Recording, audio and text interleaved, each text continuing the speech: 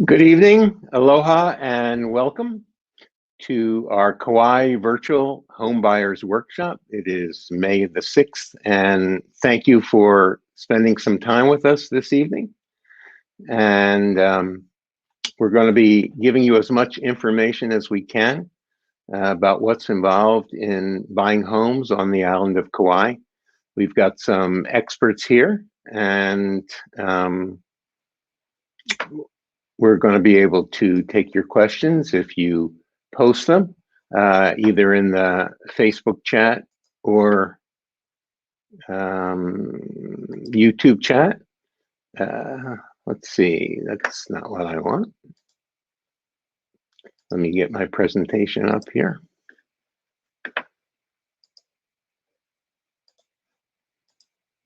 There you go. Tonight's event is being brought to you by my team. I'm Ron Margolis, and I'm with eXp Realty, America's first cloud-based brokerage, and Guaranteed Rate Mortgage, and Fidelity National Title. And let me bring some of those sponsors here, and they can introduce themselves to you.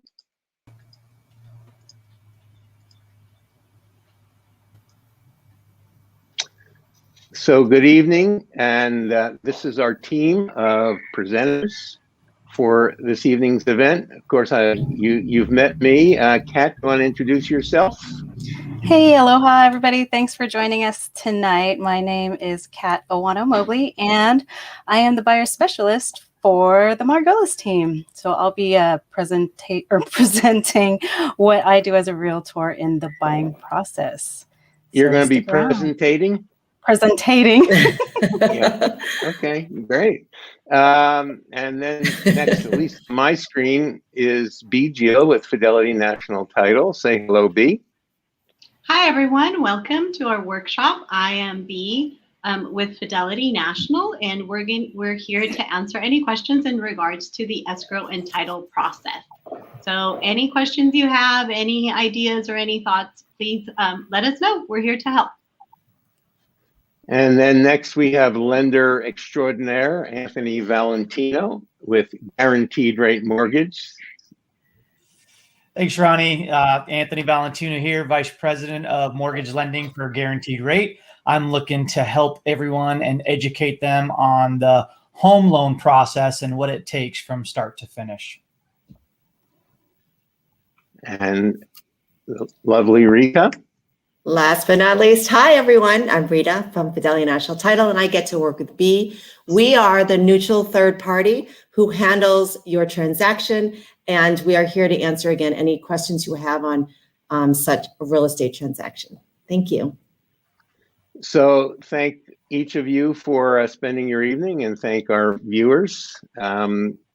When you have a question, we may be holding some of the questions till the end, but please type them in the chat, whether you're on Facebook or YouTube, and we will see them and we will do our best to respond to them. Someone's chatting me. What are they saying? Okay. So let's move along and get started. This is what we're going to talk to you about. We're going to tell you why home ownership. Why would you want to be a homeowner? Of course, many of you are already homeowners, so we're preaching to the choir.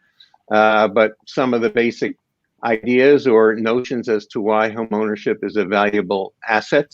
What are the requirements to become a homeowner? If you're getting a mortgage, what are your options, especially in the islands? What kind of team do you need to be successful? What are the different resources and aspects of the home buying and real estate investing process? As a buyer, how do you delineate your needs and your wants? And how do we shop for a home these days? We've had to reinvent that whole home shopping process through the last year with a lot of the quarantining, especially in the islands. And now some of those aesthetics of home shopping happening just online or through virtual tours are becoming fairly commonplace. What to know about writing the offer once you find the house you want to buy? What do all the contingencies in the sale mean? And then when the seller and buyer agree, we call that a meeting of the minds, we open escrow. And Bea and her team are going to talk to us about the escrow process. As she mentioned, they're the neutral third party, and they are a very essential part of real estate in the state of Hawaii. I'll talk a little bit about the crazy hot Kauai housing market. It's actually pretty hot all around America, and the islands are no exception. And then, of course, we're going to answer your questions. So with that, I'm going to move on to the first piece here, and I'm going to say goodbye to some of my friends, at least just for a minute. I don't really want them to go too far away. They better not anyway. Otherwise, I'll be doing my finger puppets before too long. So why would you want to become a homeowner? I would say that building equity is one of the key pieces in being a homeowner. Equity is defined as the difference between what you owe on the home and what the home is worth. So the less you owe and the more the home is worth, the greater equity you have. And there you go. Real estate appreciates over time.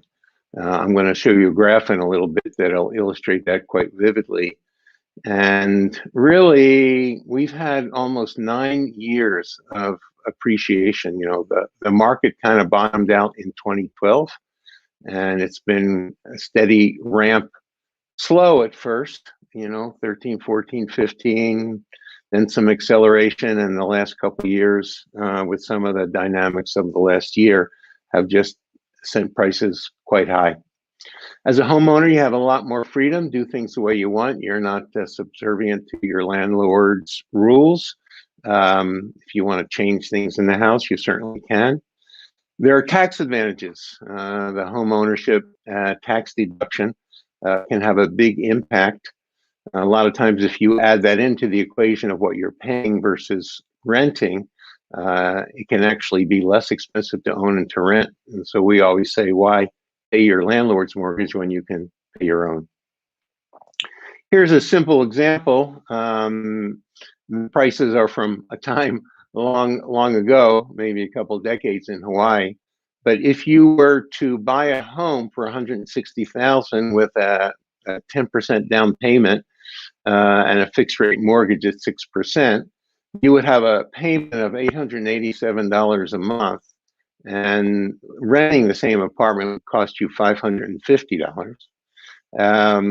The average increase in rent, we're going to go with a presumption of 4%, but you got a 30-year mortgage, and 15 years later, you're sitting there with $57,000 in equity from your mortgage payments, plus whatever appreciation has happened.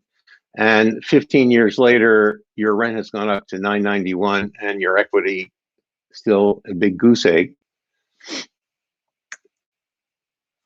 And then if you go all the way through to the end of the mortgage, you've paid the $160,000 plus whatever appreciation. So you've got a lot of equity. And again, your rent would have gone up to more than double, almost triple what it was when you started, and you still have no equity. So in a nutshell, that's pretty much the way to go. And that's why we're spending time with you this evening to help you understand some of the dynamics involved. So when you do go into the marketplace, you can be successful. And of course, as I said, any questions you may have, please fire them our way. I went too fast through that slide. This is the median sales price of homes in the United States of America, going back to the early 60s. And you can see the way the graph is going. And if we had 2021 in there, it may be actually off the screen by now because it just continues to go up. As I mentioned earlier, you got tax advantages, right? The interest paid on mortgages is deductible. Your property taxes that you pay are deductible.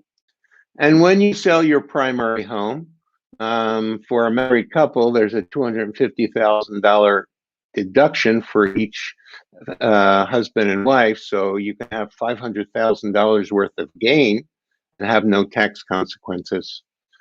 There are also options for what's called a 1031 exchange, and we're not going to get into that tonight. That's more of a separate seminar topic.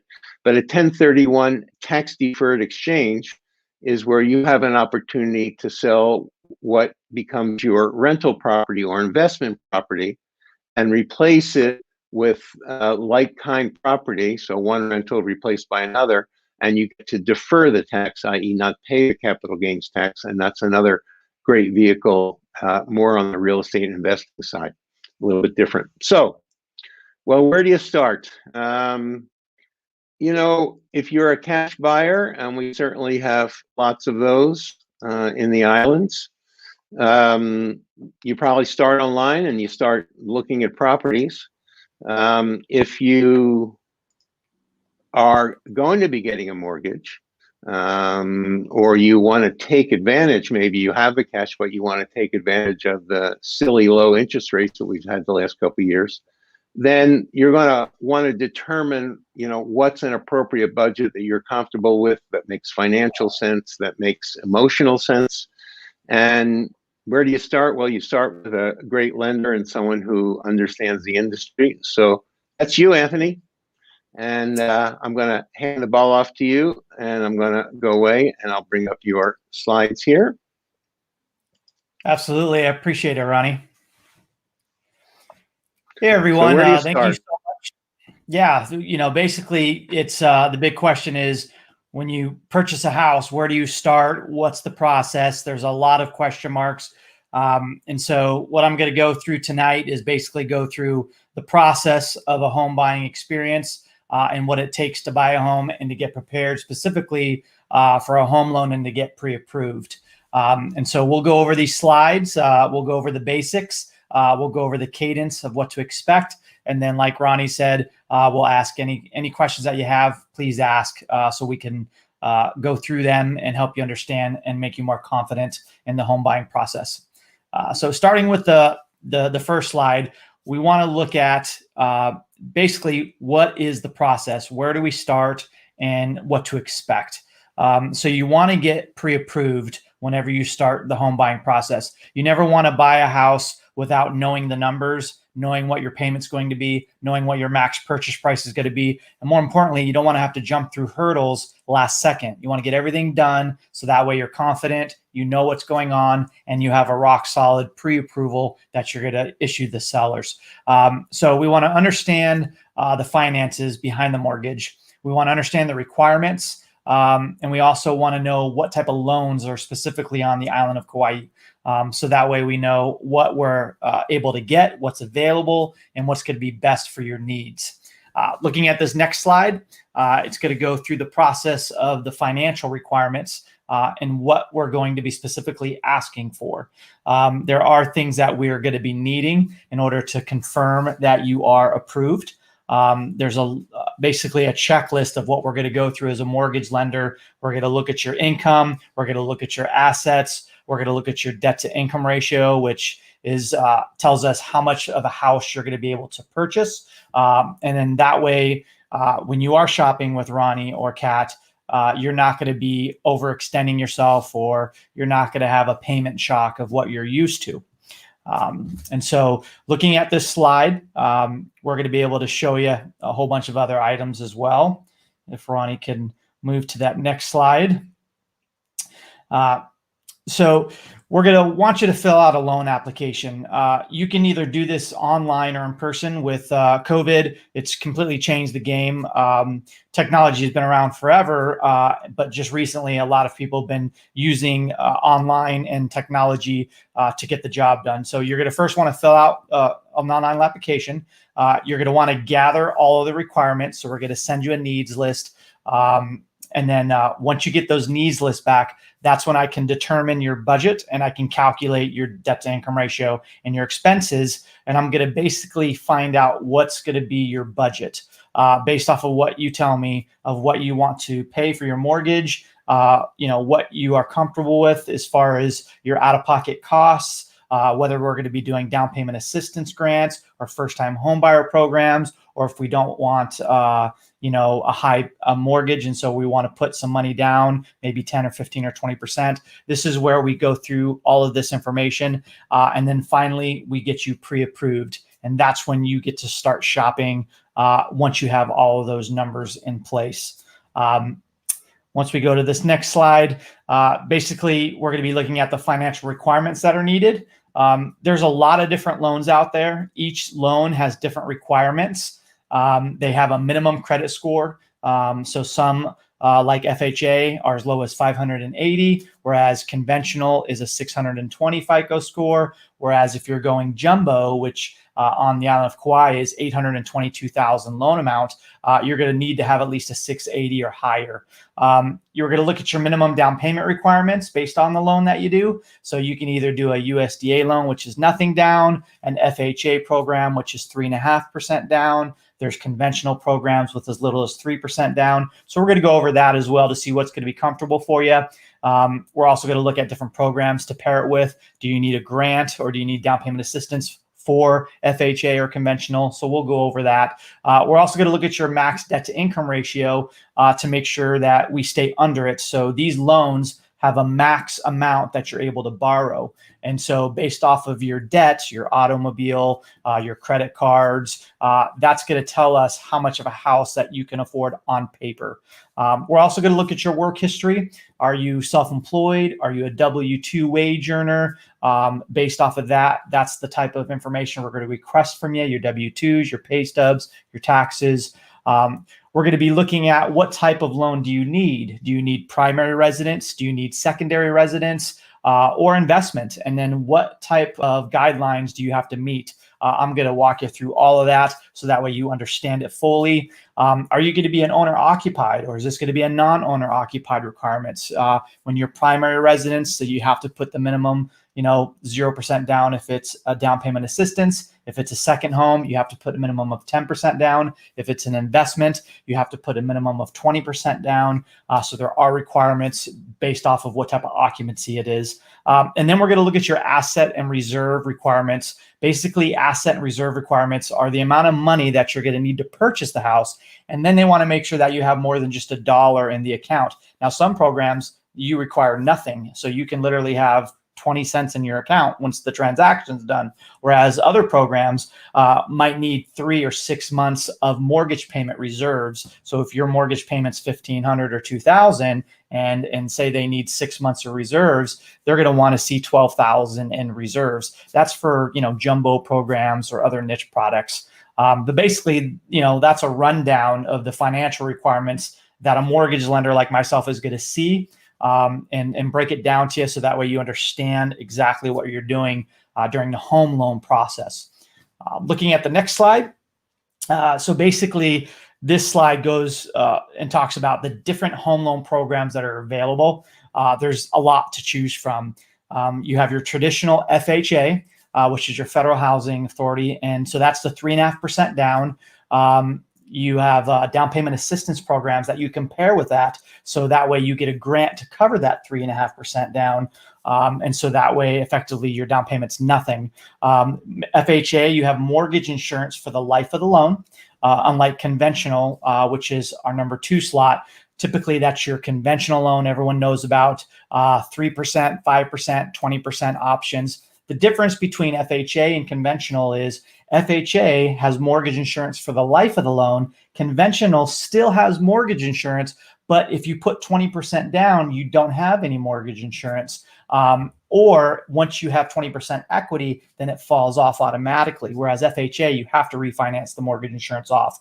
Now, the caveat to that is FHA is good because it has a lower rate typically than conventional, and it's a good first-time home buyer option.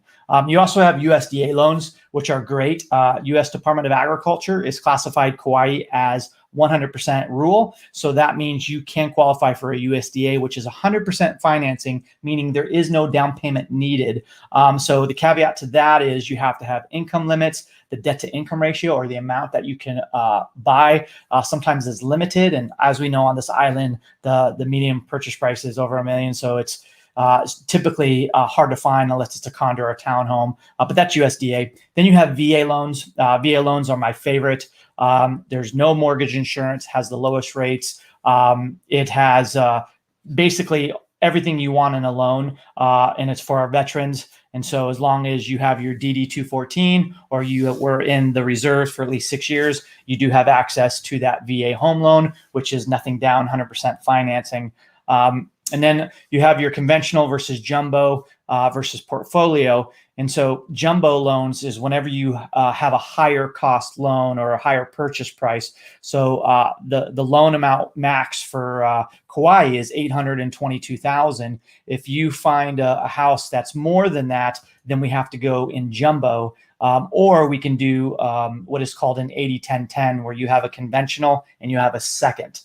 So that way you can go up into that jumbo purchase price without having to put more down. With jumbo, you have to put 20% down, whereas if you do a first and a second, then you only have to put 10% down. So there's a lot of numbers at play here. There's a lot of options. My job as a loan officer is to help guide you to understand all of these options and really help you understand the economics of it. Let's follow the math. Let's make sure the math doesn't lie. Let's make sure we're doing what's economically sound. And so understanding these different loan options is going to help you understand what's going to be the best for you and your family.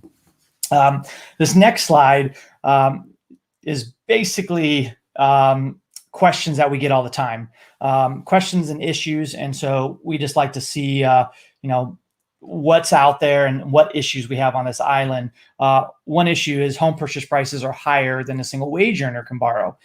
Medium house price, we heard, is over 1 million now. So a lot of people think there's no options, but there are options. A solution is having, occupying or non-occupying co-signers. What that means is if one wage earner cannot make enough to purchase a house, if they have either occupying co-signers like family or friends who are non-occupying, they can group together and be on the same loan. I've had 15 or 20 people on one loan on one household, and they're able to purchase the house that they were living in and renting, all because they did a group communal effort. And the solution was adding co-buyers, so that way they can show on paper that they were able to purchase the house because they were basically going to be paying the same amount in owning rather than renting. And so that's a big problem that we saw on this island, and there are solutions for it. And so, that usually is not an issue now. Another issue is having, little to no down payment. Obviously with COVID, it's, tightened our pocketbooks. Not a lot of people have 50 or 60,000 laying around. And so a solution for that is doing down payment assistance programs. There are a lot of programs throughout the United States that help with the down payment or the closing costs. And so it's just a matter of understanding the logistics and the data behind that and pairing it with that buyer. So that way, if they want to do a first-time home buyer or a nothing down, then they have that option, and then that way they don't have to have that 40 or 50,000 down. We can use it in the form of a grant or an assistance, whether it's federal or state. And that helps out big time. I'm having clients all the time buy with nothing out of pocket because they're using these programs and they're utilizing them to their advantage. And so, there's solutions for that as well. And that's been a big help, especially on this island where assets, have been a little bit skinny on it. Another aspect is there's a lot of expenses that have to be upkept when you're purchasing a house. A lot of people think that, there's a big misconception. If I'm renting, then I'm not going to have these big expenses. And that's a big fallacy. There are a lot of, things on this island that you won't necessarily see on the mainland: natural disasters, pests, just the humidity. There's just a lot of stuff that comes into play. So you just want to make sure you have the right insurance, the right warranty, and the right stuff in place to where if you do get a big ticket item, you're not going to be out of pocket that big ticket. You're going to just be out of pocket a copay. And so you're going to want to make sure you have the homeowner's insurance and the disaster, hurricane and wind insurance. You're going to want to make sure you want to have warranty insurance. You want to make sure if there's any pest warranty for tenting or termites, that you want to get that in place up front, because it's better to pay a little bit per month than a big amount, one lump sum. And so there are ways that you can mitigate those costs. That's a lot of information there, young man. Yes. Thank you for sharing all that. We've had a question in the chat. I'm going to bring it up for you. And Joanna is saying, she's asking about how much money do you need for a line of credit, not a mortgage. Her house in Toronto, she needed 50% in cash to get a line of credit. I'm wondering how much cash needed in terms of percent to get a line of credit on Kauai. I'm not sure what she's asking, but I hope you are. I am, yeah. So, there's a lot of Toronto, Canada, foreign investors. I deal with them a lot, and so there's different loan programs outside of the United States to where they do line of credits. Here on Kauai, there really is not a line of credit for that amount unless it's a signature loan, and you can really show a significant amount of liquid or assets under you.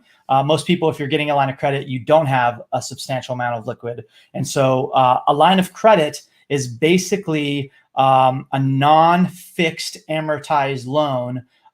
It's a simple interest loan, kind of like an auto loan or an installment loan. Whereas a mortgage, it's fixed and it's amortized over 30 years. And it's simple and it's black and white. So I would say that the only way that you're going to get a line of credit is if it's 50,000 or under. But if you're looking to get a line of credit of over 50,000, you're going to want to get an amortized loan that's a mortgage loan and not just a signature or a line of credit. Great question, great answer. And for Joanna, I'm also putting Anthony's website there at the bottom of the screen. If you want to connect with him and ask him additional questions, I'm sure he'd be more than happy to help you. But once you've worked your way through that process, let's see, then at that point in time, I believe it is time to, there you go. I'm pre-approved. So what is next? Let me get Joanna's question off the screen. And what's next? Well, let's see. I'm going to invite one of our guests to tell us. And Anthony will be back later if you have questions, and hang around till the end.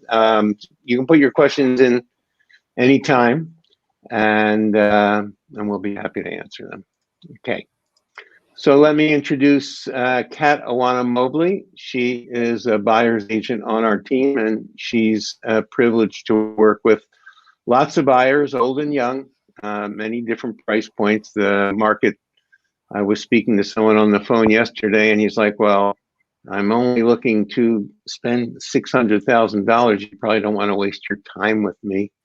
And I thought, well, the way we look at it, it's we're grateful for the opportunity to serve people because that's why we're here, to help you get your dreams realized, help you get your dreams fulfilled.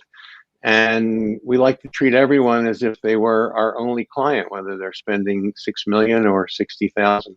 We actually do have some leasehold properties on the island that sell for less than $100,000. Anyway, we run the gamut on our team. So we're going to talk a little bit about the buying process, and I'm going to leave you in the good hands of Kat Mobley, and she'll take it from here. Thanks, Ron. So you've been pre-approved. You talked to Anthony, you got all your finances straight. Now it's the home buying process.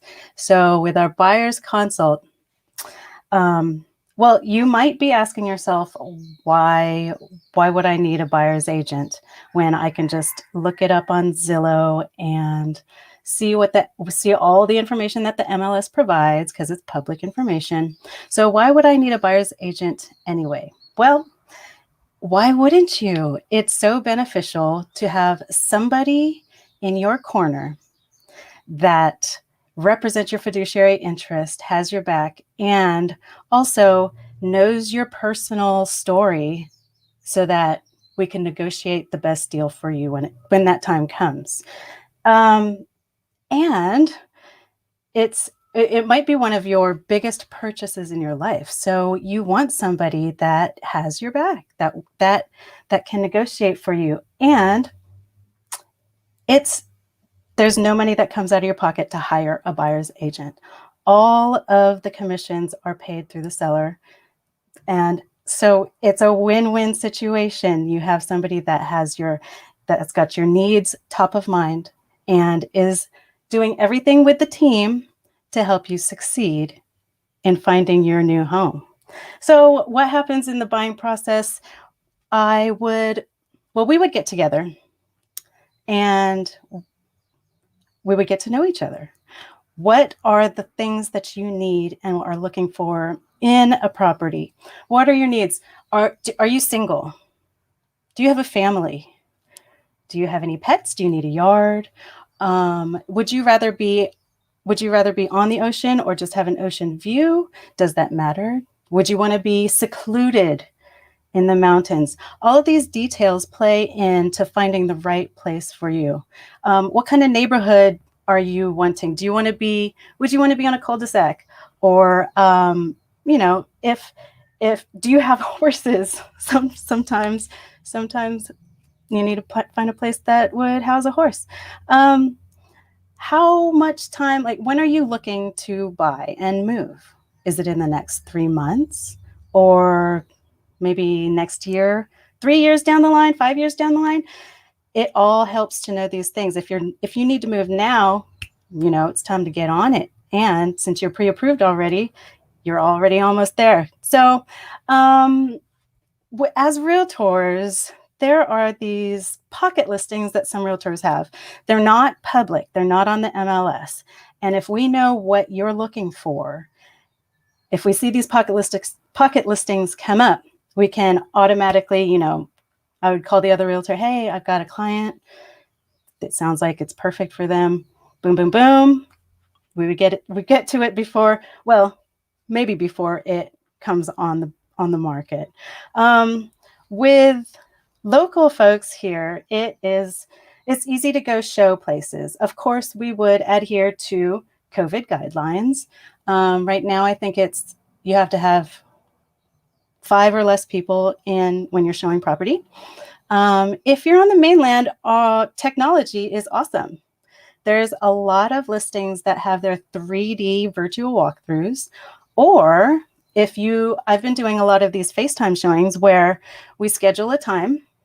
I go to the property, you're at your home, wherever you live in the world, and I have my phone and we walk through the property all over. You ask questions in real time, just through FaceTime. It's pretty awesome and it's been working well. So what happens when you find the property that you're like, I think this is it. So we would do our due diligence at this point. This is just finding out more information and digging deeper. Some of the stuff you won't be able to find on the MLS, like the backstory, is do the sellers, do they need to lease back the house after closing for some reason or not, for 6 months or for maybe a month or something? These things aren't posted as public information. So these are the things that I, as your buyer specialist or your agent, would find out. Sometimes it's good to look at the history. A property might have fallen in and out of escrow 3 times. I could call up the realtor, the listing agent, and be like, what's going on? And get the backstory. Why has it fallen out of escrow? Was it because of mortgage requirements? They couldn't meet mortgage requirements, or it just wasn't the right place, or, there's tenants and they won't be able to leave until a certain amount of time. So there's a lot of stuff that goes on that we can dig and get some more information so that you can have the knowledge to make the best decision on your property. So the neighborhoods here, we can go and check it out. If you live here, we can go check it out. If you're not, we can do the Zoom thing. There might be dogs everywhere in the neighborhood that you're like, yeah, no. But if not, and we've whittled down all of these filters and you're like, oh my gosh, this is it. I found this is it. I want it. Now what do we do? So at this point, we have already gotten your pre-approval letter, which is awesome. So writing the offer comes in next. What happens when we start writing the offer? First, we'll show you, I'll put together a CMA. And it's just basically saying what has sold in the surrounding area with like qualities. The same bedrooms, the same bathrooms, same lot size. How much have they sold for? So if you see all of these details, you can see, is this property that I want, is it priced right? Is it, or are they overpriced? If they're overpriced, we can write the offer in lower. Or if they're priced right and you want it right away, we can, come in straight on. So with the offer, you already have your finances in place, and we review the contingencies in the purchase contract. So the purchase contract that we use here in Hawaii is a standard 14-page purchase contract. It lists all the terms and contingencies of the sale. So we would go through and make sure you understand everything that's going on. How long is the inspection period? Or how much time do I have to show that I can get the loan? How much time is, when can I see the seller's disclosure? That just states everything that the seller knows, what's going on with their home. And, it just lists how much the purchase price is, and all the contingencies that go along with it. So once we get that, we also want to make sure that our offer is as strong as we can get it. So there's different strategies that we can use. A lot of times you want your pre-approval letter, you want the offer to be nice and clean, and sometimes you want to get an emotional connection with the seller. A lot of times we like to have our clients write a little letter just because there might be a connection, and that might be the thing that makes the sale happen. And so it's just all of these little things that help push the offer and make it as strong as possible. So what happens when the seller gets the offer, or the listing agent gets the offer? They can either accept it, cool, or they can reject it, not so cool, or they can counter.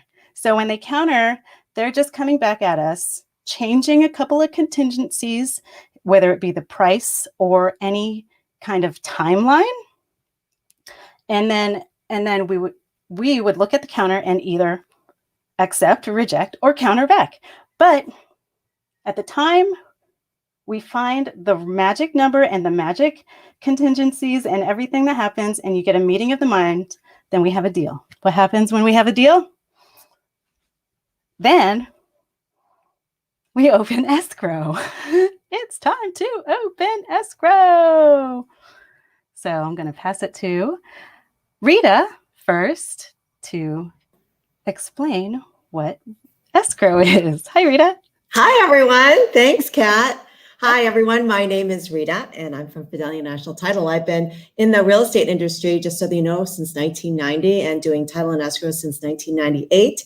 I'm going to give you an overview of title and escrow, and then I'm going to pass the baton off to B, who's actually going to be your escrow officer. So who we are. Just want to recap this, and Ronnie is going to be talking about the market, the hot market in Kauai. So I just want to take it a step back, and I want to just really educate you guys on the importance of first having Anthony pre-approve you. Whether you think you're going to buy in 3 months or a year, you really want to know what you're able to afford. It's going to put you in a way stronger vantage point to know that number. Then Kat is going to show you property, and you're going to find one, and hopefully you're going to negotiate, and you will be the buyer to a property. And that is when you open escrow. So we are the title company. We are a third neutral party. We take instruction from the buyer and the seller. So know that when you're in escrow, even though the buyer is wanting this and the seller's not, know that we are third party. So we wait for an agreement between buyer and seller on all points on the contract. When you open escrow, you will then, the buyer, and it's on the purchase contract, you will write a check to the title company and with your escrow number, or excuse me, with your name, etc. And we will open escrow, and the paperwork then is opened, and the baton is then given to B. Know that as a third party, we take instruction, and you as the buyer on the purchase contract, again, which is 14 pages, on F4, one of the items, you as the buyer gets to choose the title company. Know that title companies, we insure on all items from past, present, to future. So we are, the same thing as insurance, for car insurance, life insurance, who you choose absolutely matters, because what sellers must do is they must convey title free and clear to the buyer without any encumbrances. And that is what the title and escrow company does. We take instruction and we make sure that all items are done on the contract and the seller conveys title to you. Know that here at Fidelity, if you choose Fidelity National Title, we underwrite 1 out of 3 policies in the whole nation. We are the highest insurer in the industry. So choosing your title company does matter, and choosing your escrow officer matters as well. I'm going to hand it off to B now, who's going to explain the details of what happens in the escrow process. Hi, everyone. Okay, so now you have an accepted contract, and you've brought into escrow your initial deposit. And by receiving that initial deposit, that in essence is telling everybody, okay, you're ready to move forward. So what happens is that when we receive your initial deposit, we're going to start the search of the property. So what we will be obtaining, first of all, is a title search. And this title search, when it's received and when it's drafted, it's going to go on to your lender. The lender is going to need it because they want to see everything that's recorded on the property. And that's what the title search is doing. So that's the one thing that escrow or escrow and title do, is generate this title search, preliminary title report. It's called preliminary title report because it's the initial report that describes the property. So that's number one. And that's going to be, it usually comes out about maybe 3 to 4 days after an escrow is open. And what you receive is something that looks what's on the screen right here that Ronnie has just put up. And so it starts with the introduction page. And on the introduction page, it gives you an option. You can either click on the link, and the link simply tells you all the important things that are on the report. Now, sometimes if you look at the report in its complete form, it can be a little bit overwhelming. But if you take it one step at a time, it's actually pretty informative. It has the information that you need. So for us, what we're looking at is we're going to be looking at who holds title to the property. So we want to make sure that the people that are shown on the report as holding title to the property are the sellers in your contract. So that's the most important part. And it's in this section right here. I think item number 2 discloses how title is held in the property, or who holds title to the property. So that's important. We want to make sure that both match. And then if you scroll down through the report, it's going to tell you about the legal description of the property, and it's going to show you about the exceptions of the property. And the exceptions are the items that are recorded on this property. So a lot of times you're going to see easements, you're going to see mortgages, you're going to see access, right-of-ways, all sorts of things. And that's just telling you sort of a history of this property, how it came about, what's recorded against it. If there's any encroachments, it's going to show it there. Just note that anything that you see, as far if you happen to see a tax lien or an IRS lien or a mortgage, all those things is what the escrow person is doing. So our job as escrow is to make sure that any liens against the property are paid off. That's our priority. That's the escrow portion. Title portion is to make sure that when the property is recorded, it conveys to you, the buyer, free and clear of any of these liens, and that no one other than yourselves have claim to the property. So that's the title report. I mean, obviously it's not, I haven't discussed it in great detail, but in general, that's what the title report is doing. So your lender is receiving a copy of this as well, because of course they want to be in first position. So they want to make sure that their loan has first position against anybody else, so that if there's any claims prior to that, they want to make sure those are all cleared off. So that's why it goes to them. Once we have the title report, the next thing that's important for us from you as the buyer is to obtain your vesting. So we want to know, how do you want to hold title? Do you want to hold title under just your names? Do you want to hold title under an entity? Do you want to hold title with other people that might not be on the contract? So if you are doing a loan with Anthony, you're going to want to make sure you check with Anthony first before you add anybody to title, or if you want to hold it under a trust or an LLC. And the reason for that is that he and his team have to structure the loan a little bit different, or they have to disclose pretty much who is holding title to the property. So just make sure that whenever you're holding title with somebody else or under an entity different from what's on the contract, you always discuss it with your loan officer to make sure that we're all on the same page. So once we have the vesting and once we know how you want to hold title, and just a little, going back to the vesting, just a little note, here in Hawaii, there's different ways to hold title to the property if you have more than one person. So in our forms, we're always going to include a vesting information sheet. And it discusses what applies, what doesn't, if there's probate, if there isn't probate. Those are the major things that you want to look at, because you want to make sure that if you're a married couple, you want to hold it a certain way so that in case your spouse passes, then the property goes directly to you.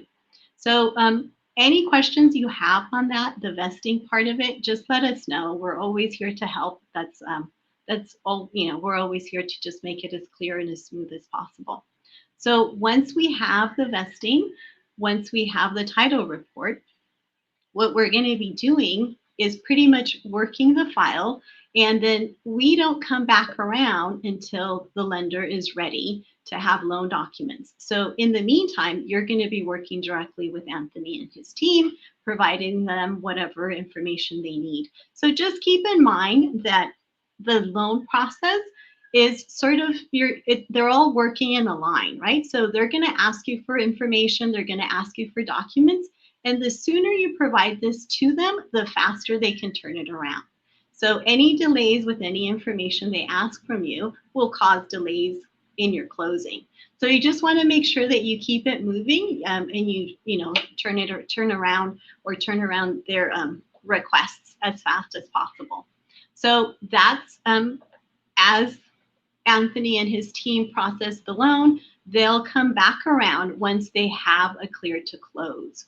And a clear to close is pretty much that you've provided to them everything that they needed to make sure that this loan goes through. And once they have that final decision to say, okay, the loan is yours, then escrow jumps back in and we start balancing and providing the final figures to you. So we start working with the closer at that point in time, and then we'll be able to provide to you the final figures. And this, when I say the final figures, this is the final amount or the final check that you're bringing into escrow.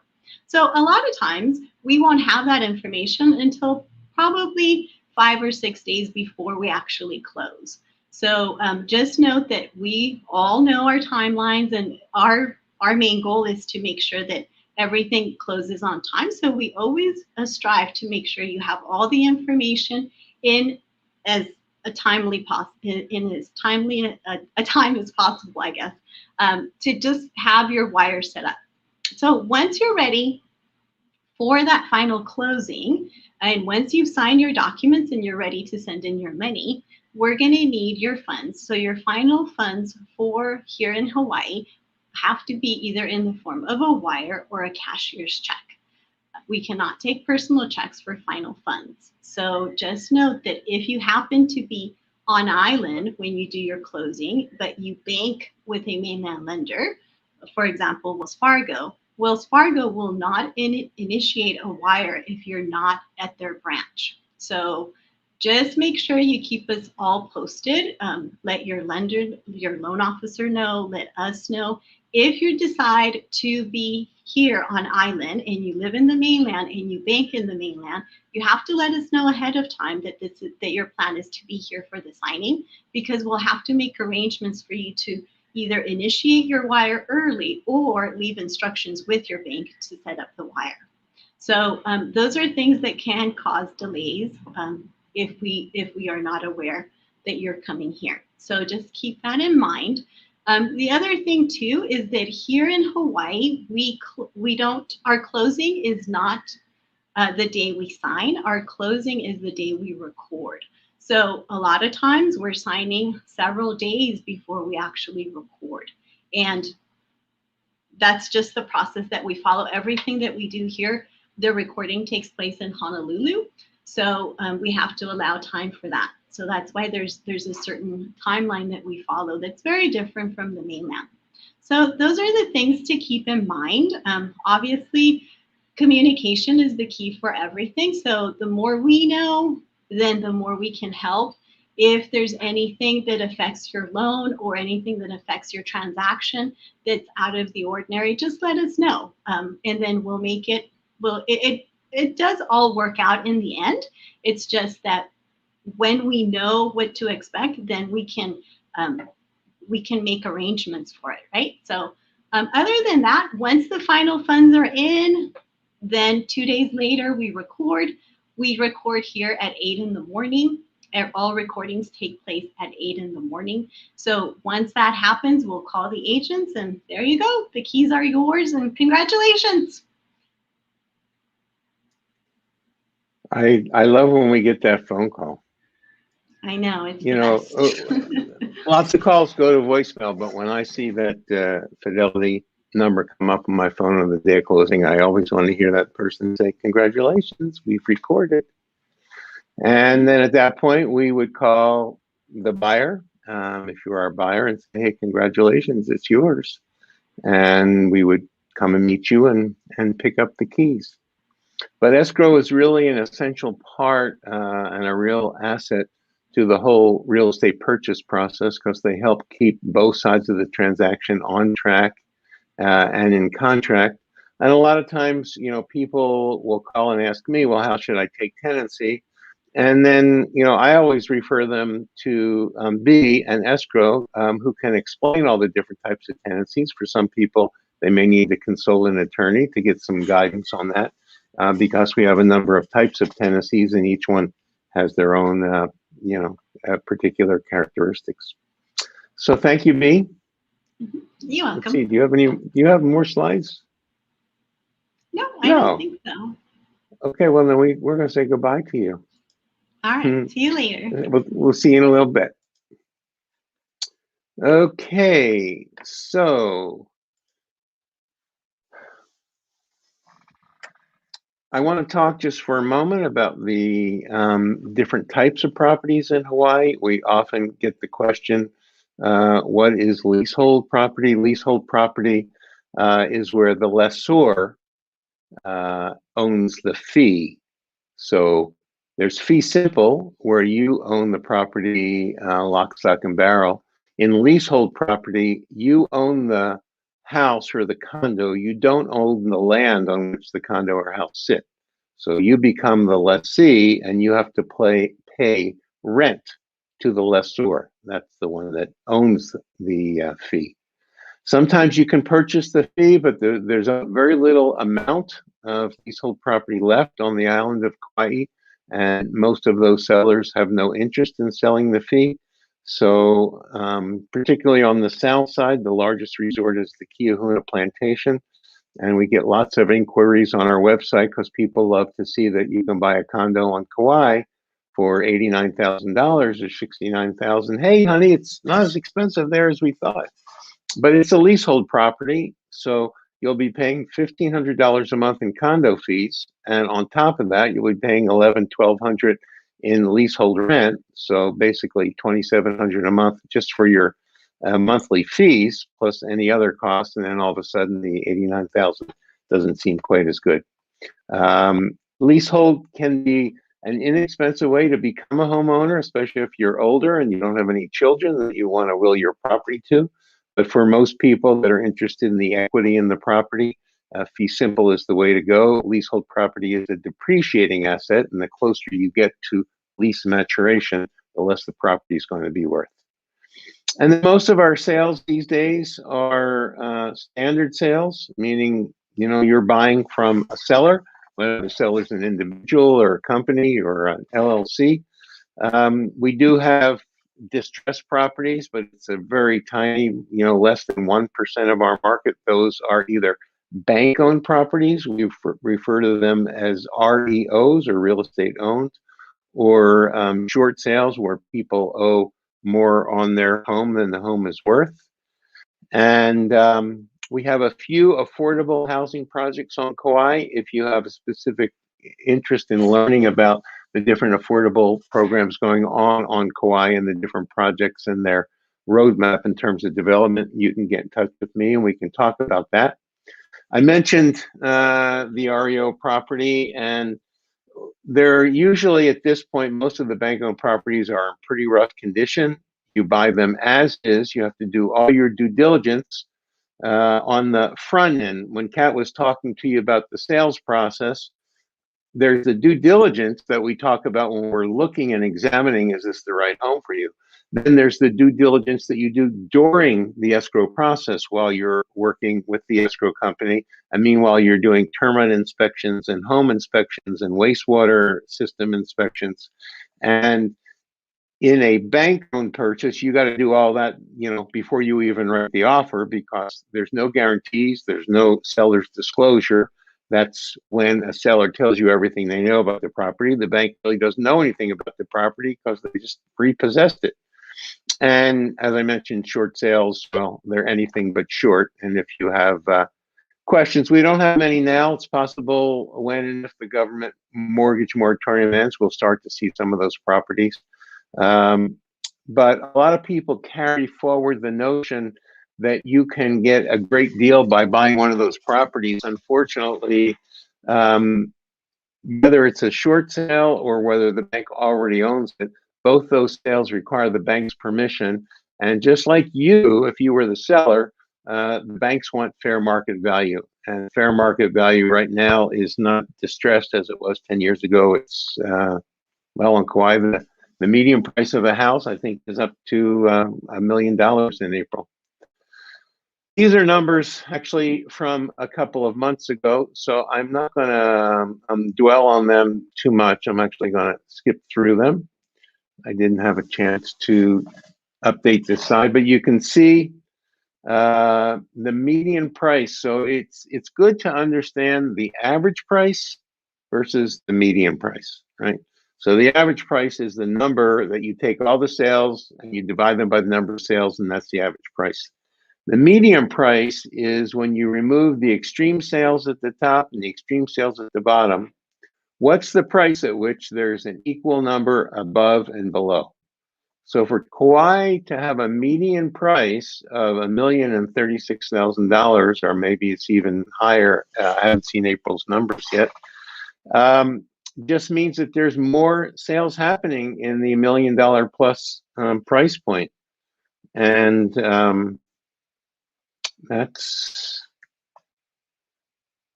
you can see year over year compared to 2020, which of course was impacted for a few months by COVID. There was a stall in the market, but you can see that sales are up overall. The numbers of sales are up. The dollar volume of sales is up. Look at Kaloa there on the bottom right of this slide, going up from 3 million in 2020 to 28 million in 2021 when it comes to vacant land, a change of 771%. So this is happening all over America. The islands aren't, that much different than what's happening, aside that we're different in that we live in the tropics and it's beautiful. But we have low interest rates, so people can borrow and have a lower house payment than if the interest rates were higher. There's this national trend for people to get out of big cities, out of heavily populated areas, looking for a simpler lifestyle. Maybe I live in California and I've had enough of the fires, or I'm just scared to death of all the COVID around. And maybe I can work at home. For people that are involved in technology or any kind of international commerce, for people that write for video game companies, there's such a wide range of industries and technology and commerce that will allow for teleworking. And with this year of COVID that we've been through, and of course we're still into more or less of a degree, it's become more mainstream. And lots of big companies are allowing their workers to telework because they know it's really not necessarily where they are, but it's the production they get from them. So if I can live on Kauai rather than living in a dense city like Los Angeles or San Francisco, that's part of what's driving the market as well. And of course, with Zoom and with FaceTime, as Kat was talking about before, you can get a good feel for what you're buying. Oftentimes, people will write a purchase contract, have a 14-day or 21-day inspection period. They've never seen the house, but they fly over during that due diligence period and walk through it and feel it and see it and decide if they want it. Some people are bold and brave enough that they buy it without ever seeing it. And I've even heard of people that have bought homes on our island who have never even visited our island. So go figure that one. The lack of housing inventory is another factor in what's driving the pricing and the fervent nature of the market. You know, Kat talked earlier about working with you as a buyer and talking about the comps and while all that's true, you almost have to put a little asterisk into this particular time because Kauai has not, you know, at least in the 17 years I've been here, ever seen a market where we get multiple offers. And now we don't see it on every sale, but we see it on a lot of sales. And if I'm a buyer and I've just missed out on the last 3 sales, you know, and I just say, you know, to my agent, hey, find out, you know, what it's going to take so I don't get into one of these multiple offer situations. And they come back with a ridiculous price. Well, if I've lost a couple of opportunities, I say, fine, I'll pay it. And then, as Anthony mentioned before, well, what do I do if I'm paying 1.5 million, but the thing only appraises for 1.425? That usually means I'm going to have to, if the seller's not willing to discount to the appraised value, then I'm going to have to come up with an extra $75,000 in cash. So this market it's unconventional, but it has become the norm. And that's why if you are a buyer, it's absolutely essential that you understand what we've been talking about this evening, that you're there, armed and ready to go. You've got a pre-approval letter. You write what Kat was talking about. We call it a love letter to perhaps establish an emotional bond. Some sellers would rather sell to someone they connect with emotionally at a lower price because they want to see this young family that wants to raise their kids in Kilauea town have this home, rather than a mainland buyer who's paying $25,000 more cash but's never even seen the home. So we like to use every strategy available, and of course, responding quickly and responding to any counteroffer quickly always helps your cause. This is a quick review. I went through our MLS today, and as you can see, we don't have a lot of inventory. I said that on the last slide. In Princeville, there's 19 single-family homes for sale. 11 of them are under 2 million, and the lowest price home in Princeville is just right around 1.4 million. That means there's not much for sale there. There's a whole area of Princeville called the Millie-Makani area, where homes traditionally have always been under $1 million. They're smaller lots, smaller homes, closer together, but even those homes are over $1 million now. In Kapa'a, we only have 2 homes for sale under 600, and the lowest price one is 547,000. So that's a starter home. Usually, even a fixer-upper is going to be in the mid 500s. Lahui has the least amount of inventory. Well, I shouldn't say that. Actually, the west side, Kauai and Waimea, have the least amount of inventory at the moment. There's only 5 homes for sale there. In Lahui, there's only 4 homes for sale under $1 million, 5 under $1 million in Kalaheo and Maui. And down on the south side, while there are a lot of homes for sale, many of them are luxury homes, and the least expensive home in all of Koloa and Poipu is $1.595 million. So the bottom line is we're in a seller's market. Now, does that mean you as a buyer should sit on the sidelines and wait?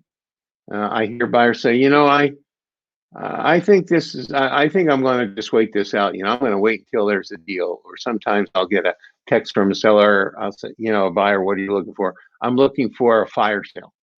Well, in a seller's market, you're not going to find, it's going to be hard to find a fire sale. If there were a fire sale, there would be about 2,000 firemen ready to put that out with their cash. And you'd be in a fairly competitive situation. So with interest rates low and the market continuing its upward trajectory, don't sit on the sidelines if you can afford to become a home owner. If you find the right situation that works for you and your family, whether you're buying investment property on the island that you want to get some cash flow from renting it when you're not here, or whether you're making a shift and moving from the East Coast, from Vermont or Maine where it's cold, to the tropics. If the situation presents itself and you can qualify to borrow the kind of money you need, this is still a great time to become a homeowner. We don't know when this, we do know, I think we'll all agree, all the presenters tonight, that this is going to change sometime. But will it be next week? Will it be next month? Nothing in the fundamentals of the economics and all the cash that is being pumped into the economy by the government seems to indicate that.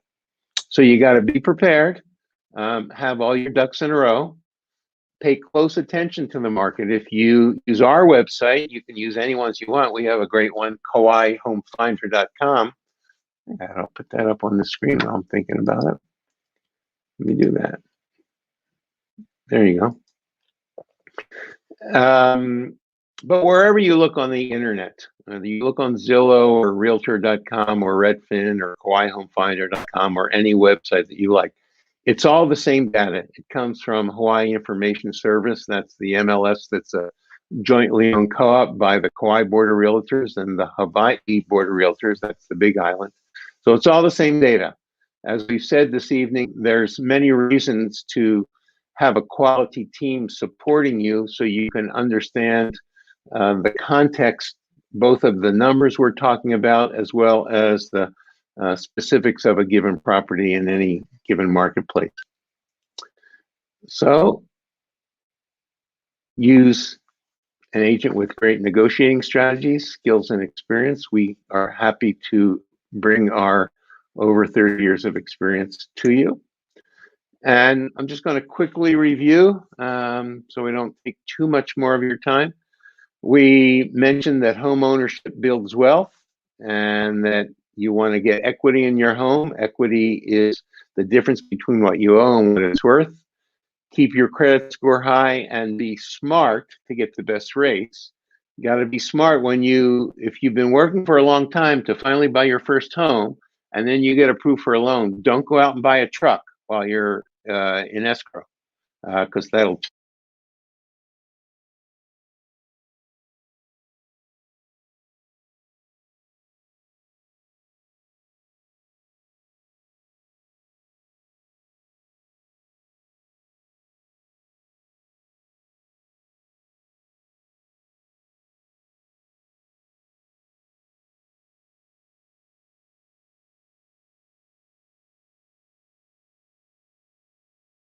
Can you hear me? Shake your head if you can hear me. Okay. Let's see.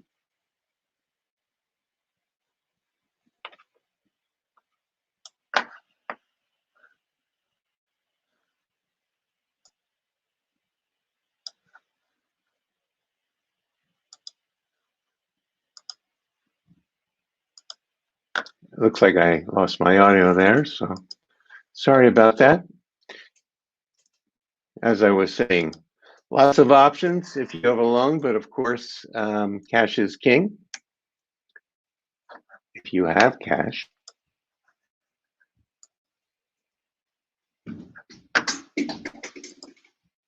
Yikes. A realtor is a lot more than a selling agent. Do everything you can to succeed in writing your offer, and we talked about some of those strategies this evening. Now you know what an escrow officer does and that they're a key member of your team to keep things on track. Stay in contract both with escrow and with our transaction manager who couldn't be with us tonight. If you stay in contract, there's less stress in the transaction. And of course, we want to be your agents for life. So that concludes our content for this evening. I'm going to bring everybody back just in case we have some questions or in case they have any parting thoughts or wisdom. One of the things we didn't get to that I wanted you to talk about, Anthony. Yes, Kat, my earpods ran out of battery. That's exactly what happened. Very good. I could take my earpods out now because they're out of battery. There was a change in early April as it relates to second homes and investment homes. Do you want to talk about that just for a minute, Anthony, while I'm thinking about it?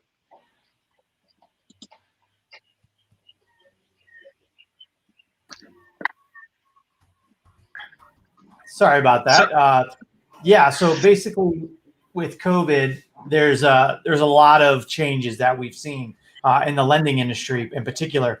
And so what the lending institutions are doing is they are strategizing to mitigate risk because of issues with the banks due to lack of credit or lack of money in the banks. And so one of the things that they're doing is they are making it a little bit more expensive to purchase an investment property. And so what they're doing is they're adding a pricing cost to when you purchase an investment. So that cost in layman terms means it's going to cost you more in closing costs to purchase an investment than it was about a month ago. For example, if you're purchasing a condo for $400,000 on Kauai, typically for an investment, you're looking at a cost for the rate to be about $4,000. Whereas now they are adding an extra point to 2 points to where it could be 4,000 to 8,000 more, to where you're going to be between 8,000 to 12,000 additional cost for that investment property. And the banks are doing that because they want to make sure that they capture an upfront cost in the event that the terms do not go on forever and they do not make the interest rate on that amortization. So they make an upfront cost right out the gate, and so that way they keep themselves whole.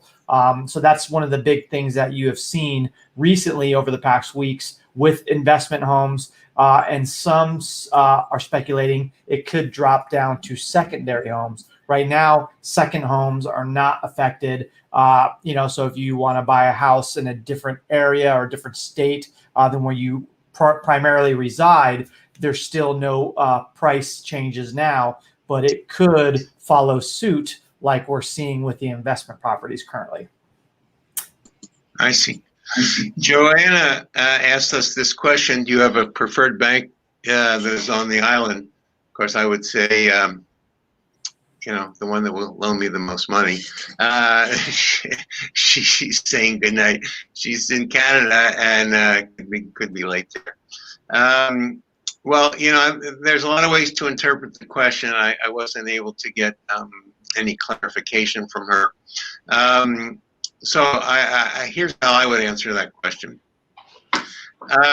If you're talking about a bank to do your banking in, I think all the Hawaii banks are good, and perhaps the one where you will get the best service or the one that's closest to where you live and or work is a good one.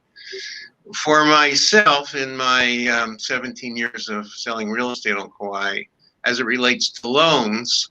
Some of the banks have very good programs, and specifically when it comes to condotels, which are a specific kind of property, there's a limit as to who will loan on those properties, and one or two of the local banks are the only ones that will. But if the question about a bank has to do with the mortgage, it's generally been my experience that if I work for a bank as a loan officer, I have a very small set of products that I can sell you. One of the reasons we work with Anthony is that he has his own lending sources, and he's got a wide range of products. So he doesn't have to fit you into a box in terms of the small amount of products a bank might have. And a lot of times I find that people like Anthony have developed the skills to think outside the box and find creative solutions. I haven't had that experience. I'm sure there are probably some very savvy and good loan offers at the bank, and B, you probably have a cousin that works at the bank too, so I probably shouldn't say anything. But anyway, that's my take on preferred banks. I don't know if anyone else wants to say anything politically incorrect about banks on the internet. But yeah, I mean, I could say a little bit. So, like you said, you know, the banks are good, but they only have a certain amount of tools in their tool belt. They are 9 to 5, excluding holidays and weekends. You know, a bank is a bank with a department of mortgages, whereas someone like myself, who's a direct lender to the central bank, as well as a broker to every single bank, whether it's Wells Fargo, Bank of America, or any other niche product, you're going to be able, like Ronnie said, is to be able to have a lot more opportunities and options. And of course, I'm available 7 days a week from 3 in the morning until midnight. So I have you in my eyesight 24/7. Kat, can you put that auto call app we were talking about and make sure it calls Anthony tonight at like 11:58? 11:58 and 50 Yeah, seconds. and also at 3:02 as well. Yes. 3:02 as well.